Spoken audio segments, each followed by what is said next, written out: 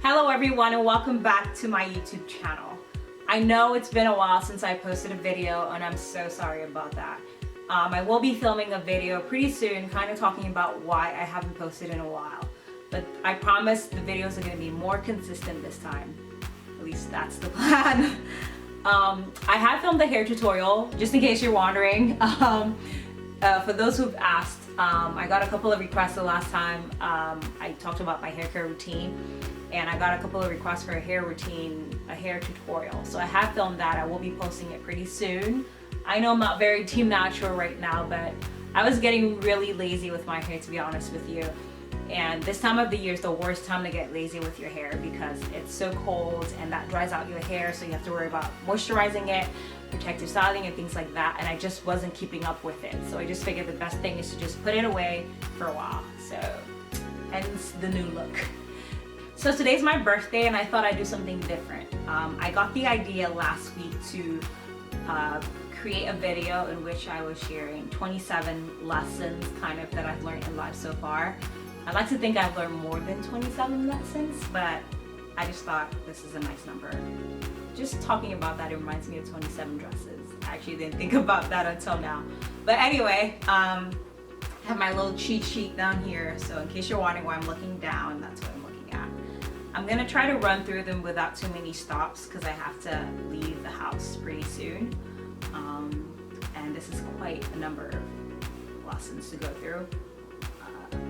So let's jump right in. So my first lesson is declutter your life.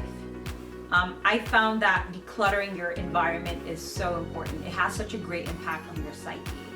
There's been times where I just felt so overwhelmed with so many different things going on in my life.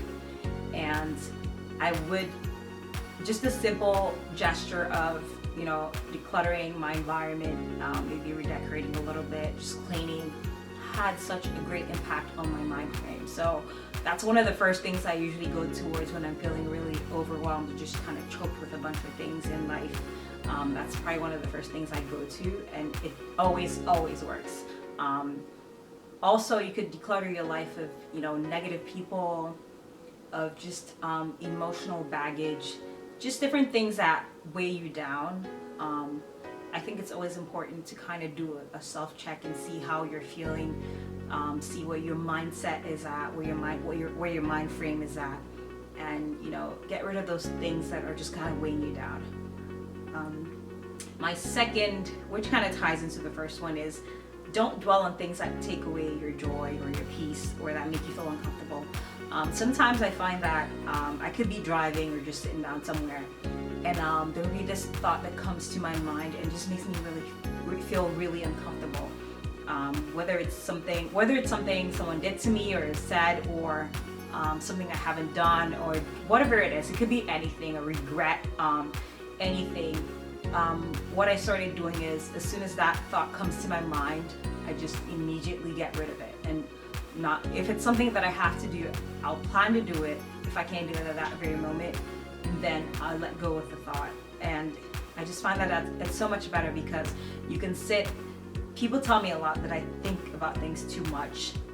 And for someone like me, what I do is I could just keep dwelling on that thing, picking it apart, thinking about different things, over-analyzing it, and it just does not help. So the best thing is to just not dwell on it. Just let it go. Let it go. So I've talked about decluttering your life and not dwelling on negative things. The third lesson is create the atmosphere you want. They always say when you take something out, replace what you want in. If not, what you took out can easily find its way back in. And that can go for a range of things. So when you declutter your life, when you stop dwelling on negative things, then put back things that are good, that are positive. Dwell on things that are positive, things that add value to you, things that make you feel peaceful, things that make you feel happy. And that kind of goes into my next point, do things that make you happy. A lot of times we rely on other people to make us happy, and that's still not the way to go. You should be able to be happy on your own. You should figure out things that make you happy and do them. Do the things that make you happy. This point I kind of got I think it was about 2 years ago when I went to see the pastor of our church, and he was just kind of giving me advice. And he said, one thing he said a lot of things. One of the things he said was, even if you're going through a hard time, make sure you live your life. Do things that make you happy. And that's kind of, I took that and just ran with it. You know, no matter how hard things get, I always find ways to be happy. I always make sure I do things that make me happy, even if it's just for a little while. And it could be very simple things. It doesn't have to be traveling or, you know, other things like that. Very simple things, you know, whether it's just kind of staying home on a Saturday, tucked under a blanket, or watching chick flicks with some Cold Stone. You know, yes, that makes me happy. Don't judge. But, you know, things like that, and just do them. The next point, which is the 5th, is don't take life too seriously.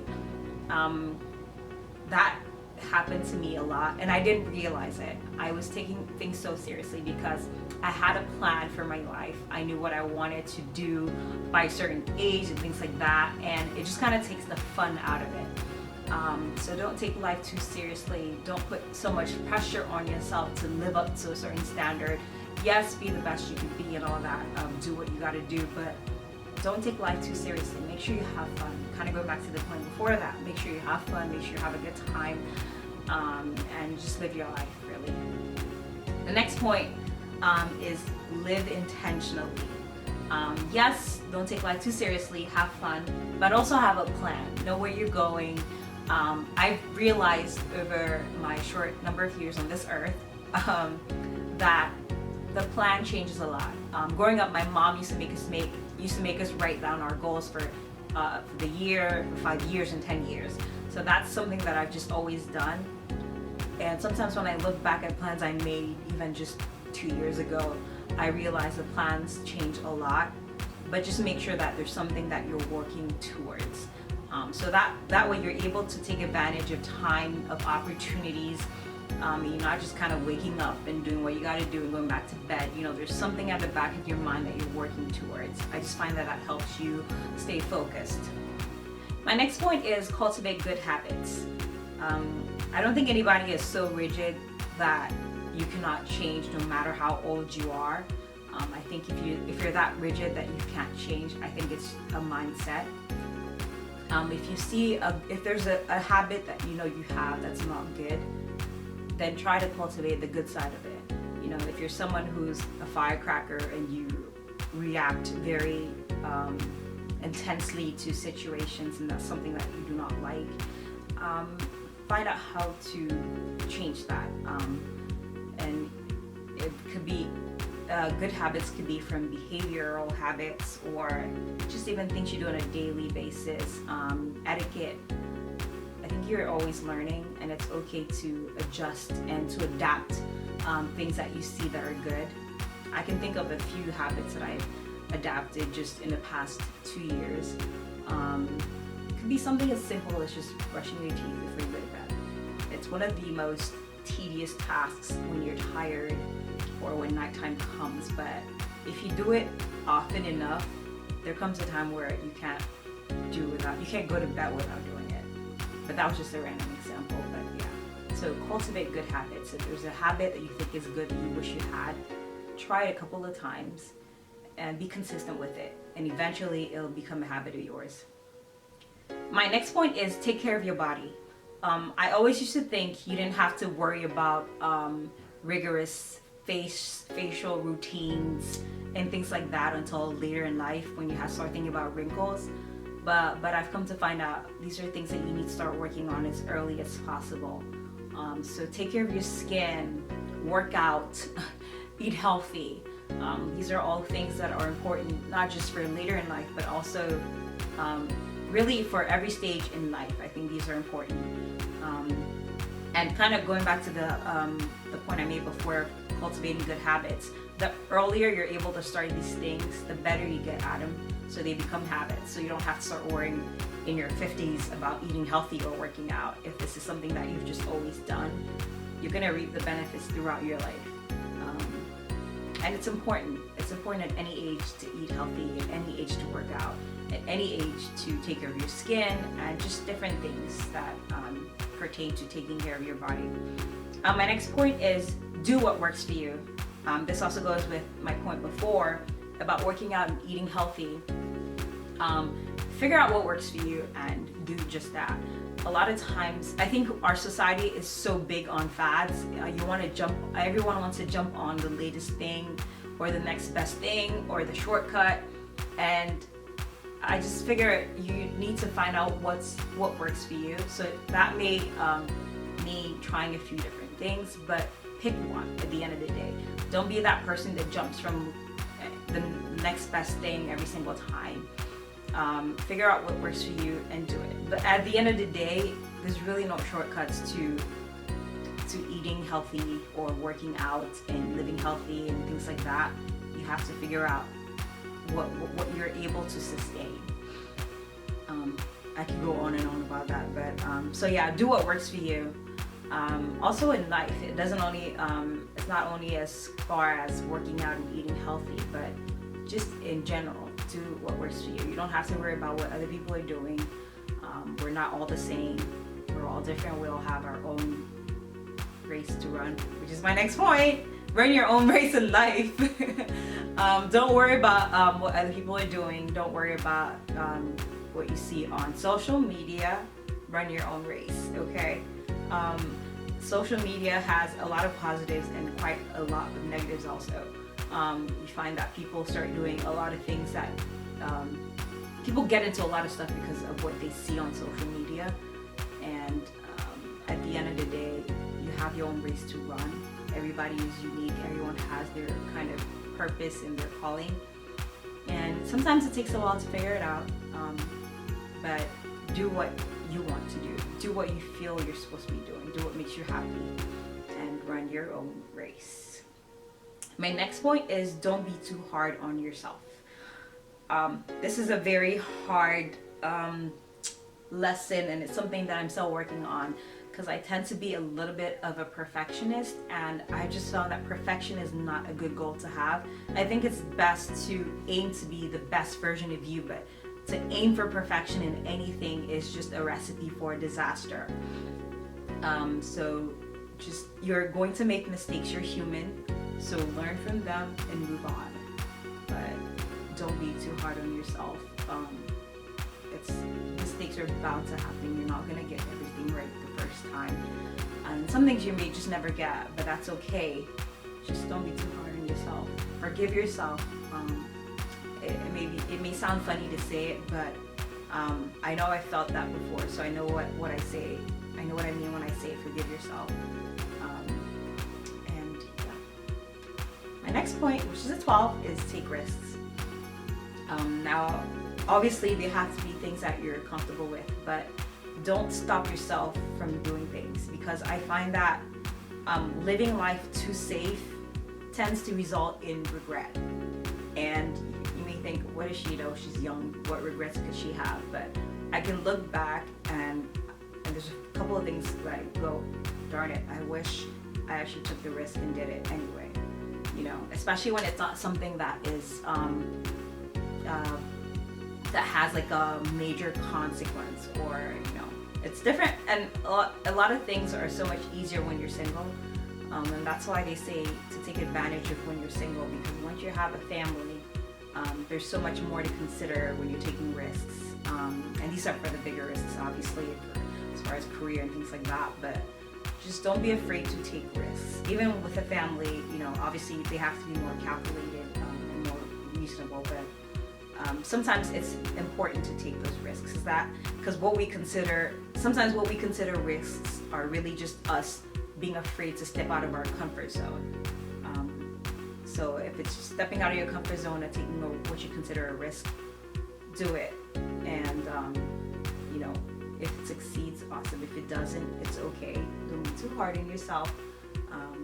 But just make sure that if it's something you pass upon, it's not something that you're gonna look back at down the line and be like, darn it, I wish I did it. My next point is do it when you think about it. No more procrastination.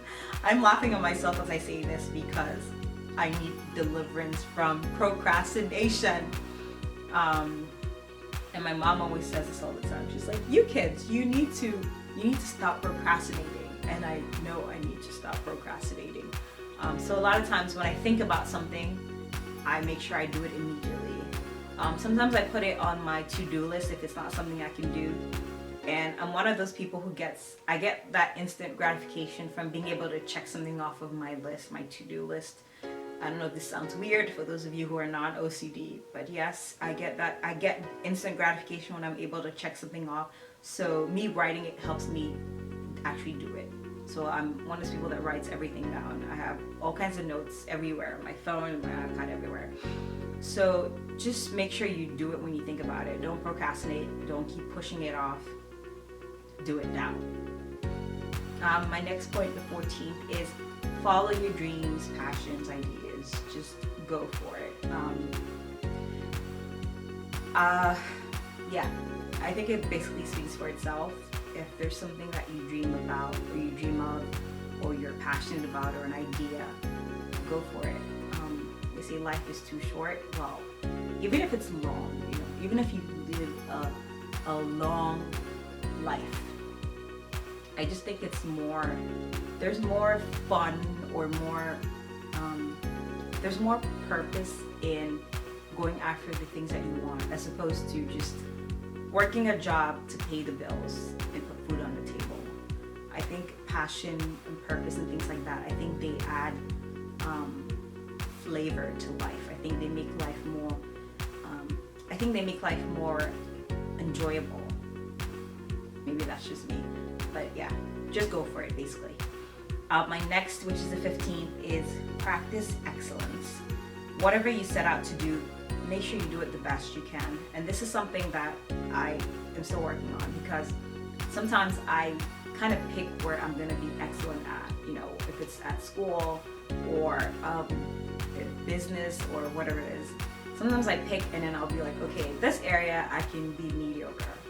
And you need to practice excellence, because when you're excellent across the board, I think you perfect that ability to be excellent.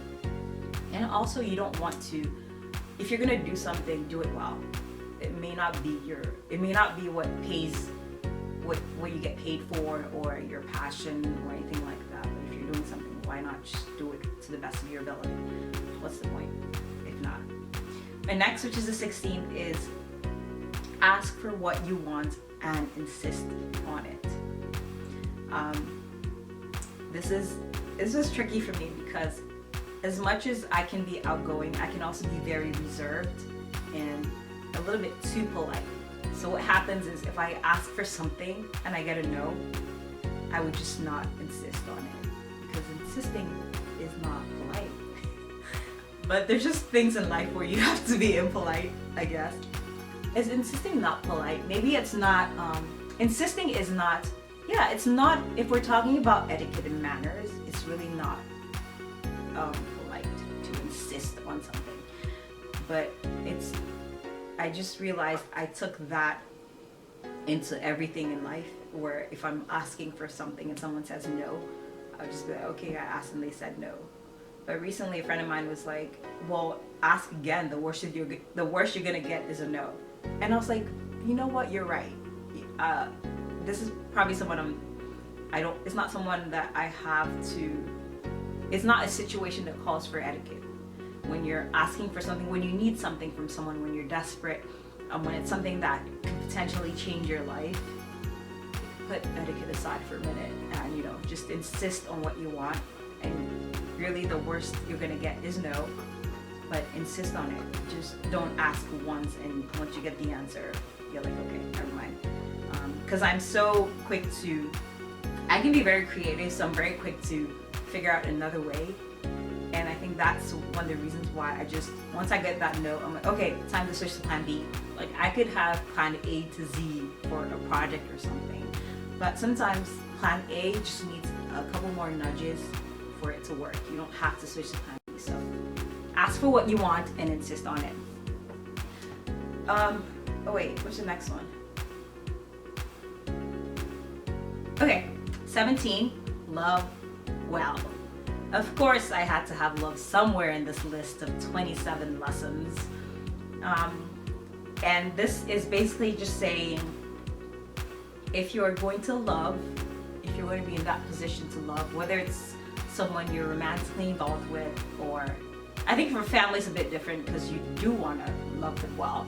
But I think it's when it comes to relationships where you're romantically involved, a lot of times when you've been hurt before and things like that, you are prone to be more reserved or not giving it your all. But I think, like I said, if you're gonna do something, do it well.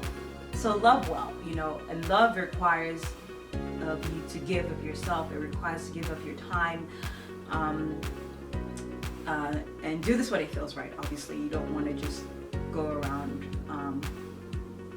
giving too much to just anybody. Obviously, it has to be something that feels right and something that you're committed to. And when you're committed to someone, then make sure that you're giving the best that you can. Also in relationships, also in friendships. A lot of times, I come to realize friendships are kind of like romantic relationships in the sense that you have to also think about your friends' needs. You have to think about what they want. So yeah, I went through a very selfish phase where it became all about me, but I realized everyone goes through issues. Everyone has their own burdens, and a relationship can never be one-sided. So if you're gonna have that relationship or friendship with someone, as much as you expect them to listen to you when you vent and things like that, you have to be willing to also listen to them when they're venting, and also be there for them, ask them what's going on with their life and things like that, just basic things. But love well. I'm kind of running out of time, but yeah, my next point is love yourself. You know, don't sacrifice your happiness for someone else. You know, to be able to be there for someone, you have to be whole, you have to be happy yourself. So that's important. Also, a lesson that I learned, which kind of goes with this, is don't sacrifice more than you can give. And basically, if you're gonna sacrifice for someone, if they're not gonna appreciate you or they're not going to reciprocate, then if that's going to affect you, if the fact that they don't reciprocate or appreciate you for it is going to affect you, then don't do it.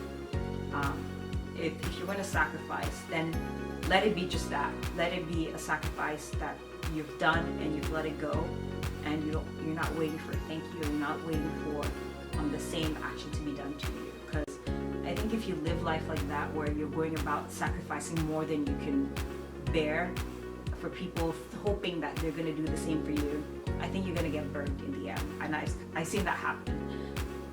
Also, love yourself. Love the things that make you unique. Again, with social media, it's hard for it's understandably hard for people, and it's easy for people to start getting complexes and it affects your self-esteem when you look at all those pictures on Instagram and things like that, and between the filters and the injections, no shade, and all that. And even for those who are just naturally beautiful or whatever it is, and that's good for them, but everyone is beautiful in their own way. Everyone's unique. I remember a comment someone made, this was years ago, and I think that on its own is one of the main reasons that, you know, boosted my self-esteem as far as my teeth are concerned. I don't have perfect dentition, as you may have realized or not. And I used to feel a bit of a complex for it. You know, I wore retainers on the top and the bottom, and they didn't do anything. But one day I remember someone told me, I love your smile. I think they said something like, your teeth look so pearly, or they make you unique. They give you such a unique smile, or something like that. And since that day, I wasn't afraid to, have a big old smile with my teeth all out. I think that on its own, that one sentence kind of skyrocketed my confidence that changed my whole perception of my teeth. And since then, since I've shown them more and been more, comfortable with them, I've had more people say things like that to me. And this isn't being you need to rely on people for your own self-esteem, but sometimes just that one statement can change your whole outlook. Now, I'm not smiling all the time waiting for people to give me compliments, because I'm comfortable with who I am. I'm comfortable with my teeth. I'm comfortable with what I have going on. but you need to get there. Sometimes someone can help you get there. Sometimes you're able to get there on your own. This is when I was really young, so I didn't even know how to start figuring out how to be confident in, you know, things that were insecurities in mine. So just learn to love yourself. My next point is question your doubts. Sometimes doubts are an indication that we're going the wrong way. So it's good to always kind of stop and reason it out. And if you see that, okay, this is just a doubt, it's meaningless, brush it off and move on. But if you find that there's a reason why and it's tangible, then kind of figure out where you go from there. My next point, which is the 20th, is pay attention to your instinct. Now, I didn't say follow your instinct. I said pay attention to your instinct, which is your inner voice or whatever you call it.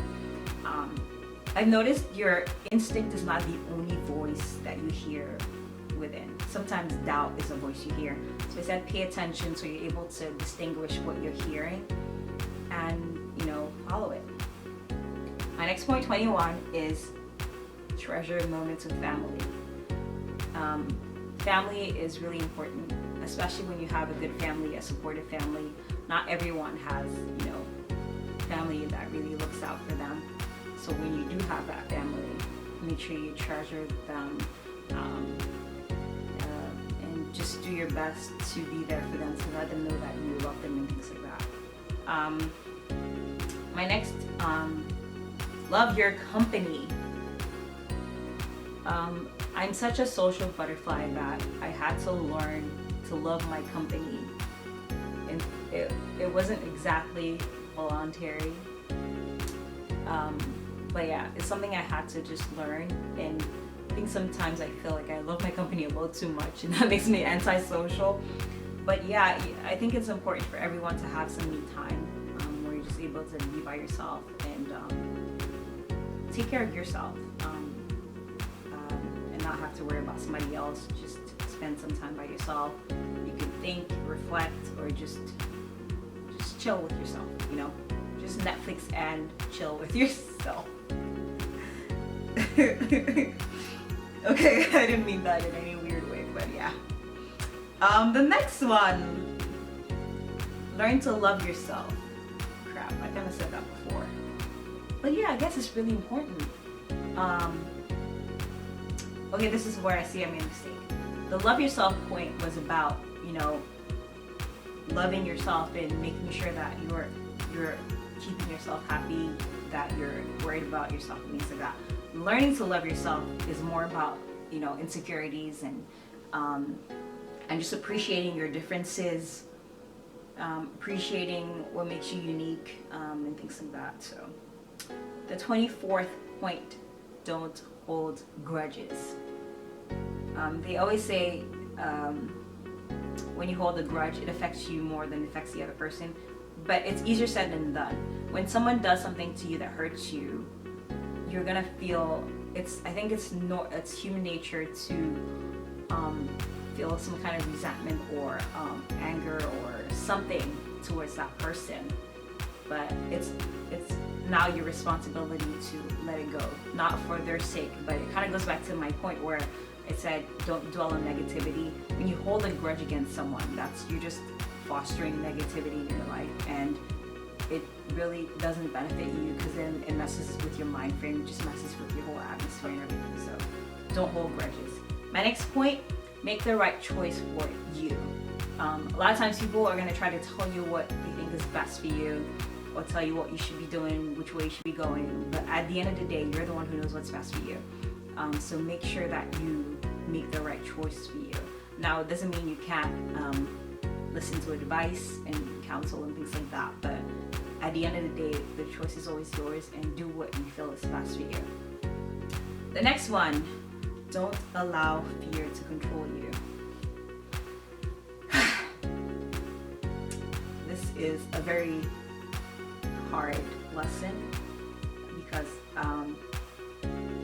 it's funny, when I remember when I used to write down my dreams and things I wanted to do in life, I just remember having such a fearless, like, nothing could stop me, nothing could hold me back kind of mentality. And sometimes you expect fear to come in a certain way, and you're 100% ready for it to come, and you're like, okay, that's not going to stop me. But then I find that it comes in different ways. It could come in so many different ways, and it's just so important to not let it stop you.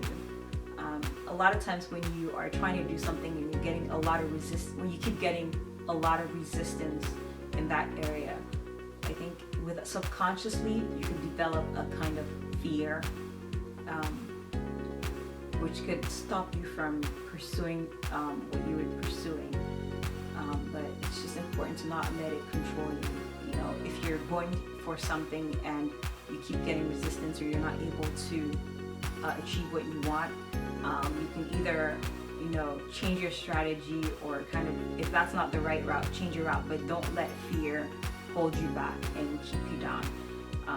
Because fear doesn't just stop you in your tracks, it could literally just keep you down and stop you from doing anything at all. And the last one is have faith. If you read my post I posted it last week actually, just kind of reflecting on the past year and things. This is such an important point because I'm such a believer. I'm a believer that things will work out. You just have hope. But for one of the first times in my life, I experienced not having faith. I could feel like all my faith just being drained and just being without any hope that things could get better. But it's important to hold on to your faith, and know that as long as you're alive, there's always hope. Things will change, things can change. Just have faith. Have faith and keep doing what you're doing, keep doing what you gotta do, keep going that route, and believe that it's all gonna work out in the end. So that's it for my 27 lessons. Thank you so much for watching this video. Hope you enjoyed it. I'm probably gonna post a post on my blog about the same topic. So if you want, you can check it out. I'll leave the link below. Don't forget to like the video, subscribe, and leave a comment if you would like. And I will see you next time.